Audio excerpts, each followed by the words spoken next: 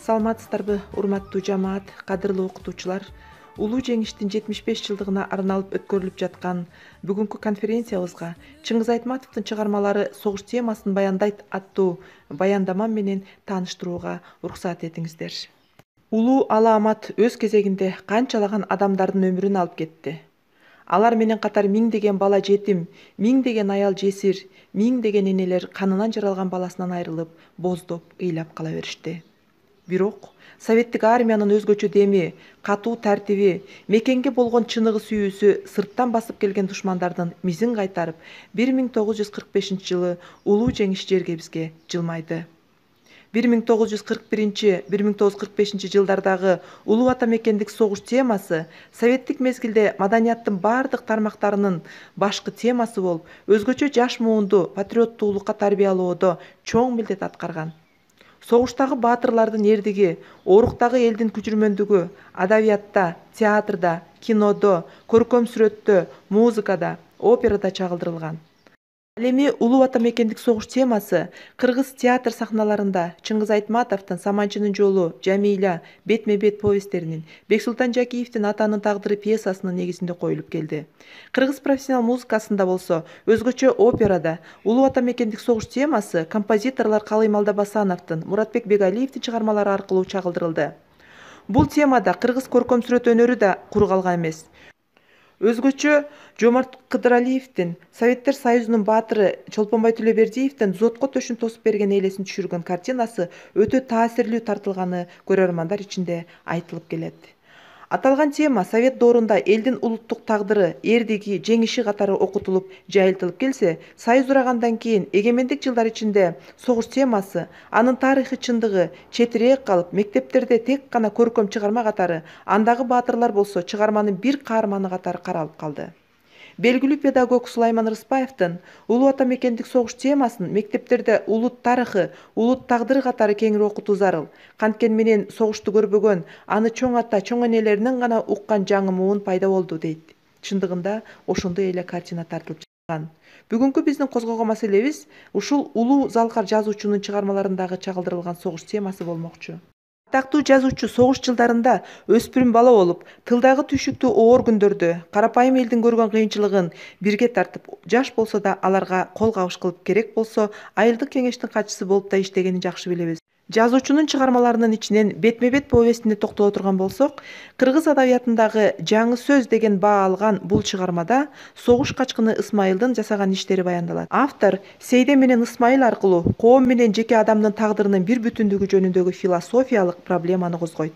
Каармандардын жашоого, үй бүлөгө, ата мекенге карата көз карашы, алардагы психологиясынын өзгөрүшү, адамдык бийик касиети сакталып калуу чыгарманын өзөгүн ээлейт. Башка акындар, калемгерлер чыныгы баатырдын кайталангыс эрдигин таңазалап, алардын душмандарды талкалоодогу иш-аракеттерин чагылдырган болсо, Айтматов согуштан качып келген качкындын трагедиялуу тагдырын ачып берет.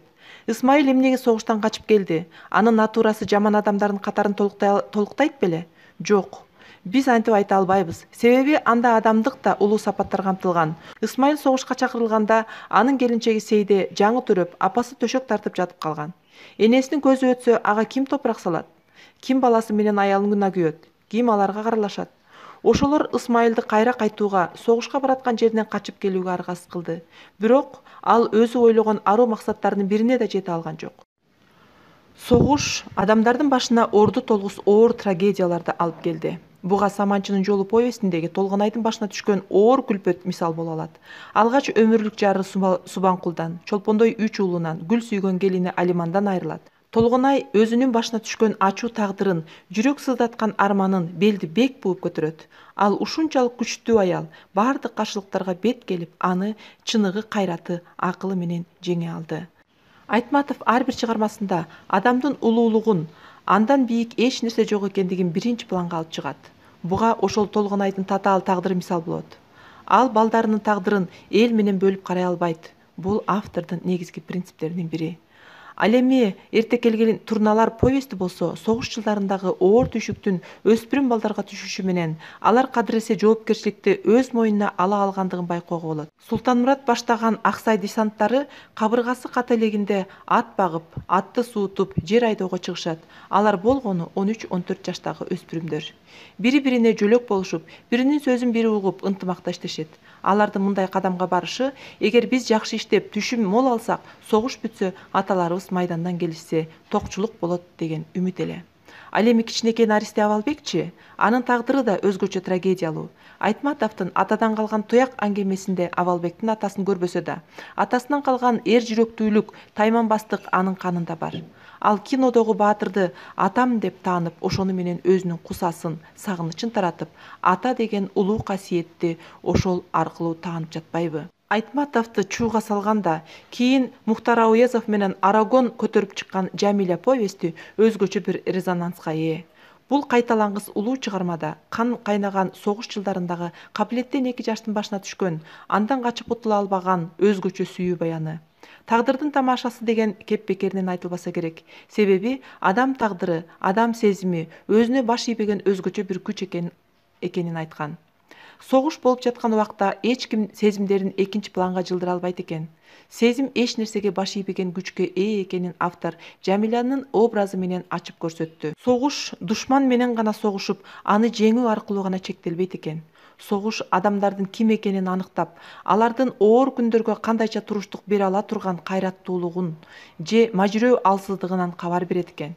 Ушул реалдуу көрүнүштү аттын кашкасындай же алаканга салгандай кылып биздин даанышман жазуучубуз Чыңгыз Айтматов өз чыгармаларында өтө реалдуу, көркөм сүрөттөп берген. Аны согуш темасына чагылдырган повесть аңгемелери өзгөчө орунда турат. Согуш темасы бүтпөйт. Аны улам жаңыртып, ар тараптан, ар кандай нукта, ар башка тагдырларды жаза берүүчү тема. Анткени бул коркунучтуу апат ар бирибиздин үй бүлөбүздөн жок эле дегенде бир адамыбыздын өмүрүн алган. Алар бизге өз өмүрүн арноо менен жашообуздун жаркын келечегин куруп берип, кырчындай курагында кете беришти. Муну эч кимибиз, эч качан, эч убакта эсибизден чыгарбашыбыз керек. Алардын ар бир жасаган эрдигин урпактарга кайтарып, тарых барактарында калтыра беришибиз абзел.